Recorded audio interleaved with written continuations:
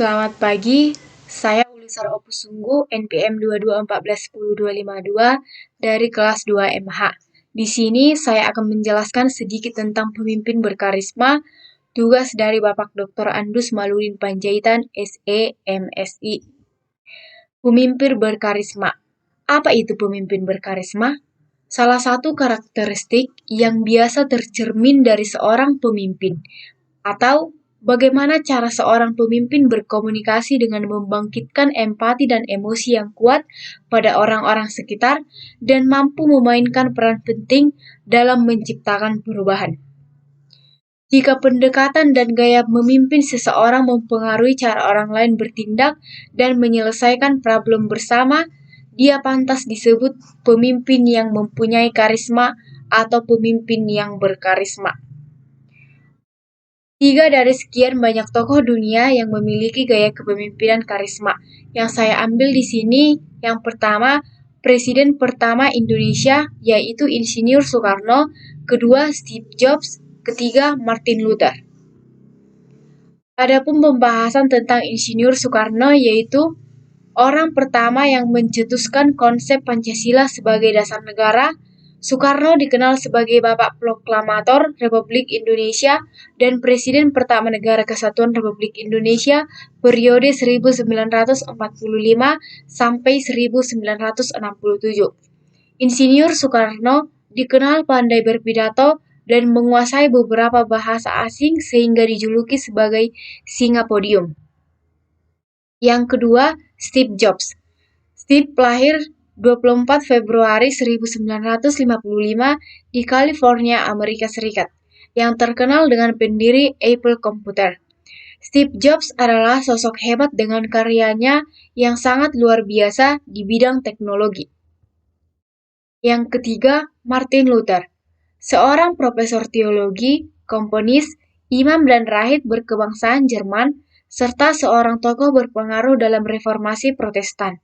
Luther menjadi penentang beberapa ajaran dan praktik dalam Gereja Katolik Roma. Kelahiran 10 November 1483 dan meninggal 18 Februari 1546. Adapun ciri-ciri pemimpin berkarisma. 1. Percaya diri. Pemimpin yang berkarisma menunjukkan bahwa mereka yakin akan mampu mencapai tujuan yang dicita-citakan. Dengan kepercayaan diri, mampu mempengaruhi orang lain untuk percaya bahwa mereka juga mampu mencapai tujuan atau harapan yang didambakan. Yang kedua, menarik. Ekspresif, bersemangat dan optimis akan masa depan. Memiliki kemampuan berbicara depan umum atau retorika yang sangat baik. Jika mereka berbicara atau berpidato baik, maka orang-orang yang mendengarnya akan terbawa menjadi ikut semangat, percaya diri, dan mau berkomitmen untuk mencapai tujuan kelompok. Yang ketiga, berani mengambil resiko. Dengan mengeksplorasi keadaan atau situasi yang belum jelas, akan meyakinkan diri dan orang lain untuk mau merubah keadaan yang status quo menjadi lebih baik. Keempat, visioner. Memiliki kemampuan untuk berpikir jauh ke depan secara kreatif, mampu mengimajinasikan dan menggambarkan masa depan yang lebih baik, sehingga anggota atau bawahannya percaya bahwa pemimpin mereka akan membawa mereka menuju keadaan yang lebih baik. Adapun langkah menjadi seorang pemimpin berkarisma yaitu 1. Memiliki tujuan yang jelas dalam berkomunikasi. Seorang pemimpin berkarisma harus bijaksana dalam berkomunikasi. Setiap perkataan memiliki alasan yang kuat untuk dikatakan.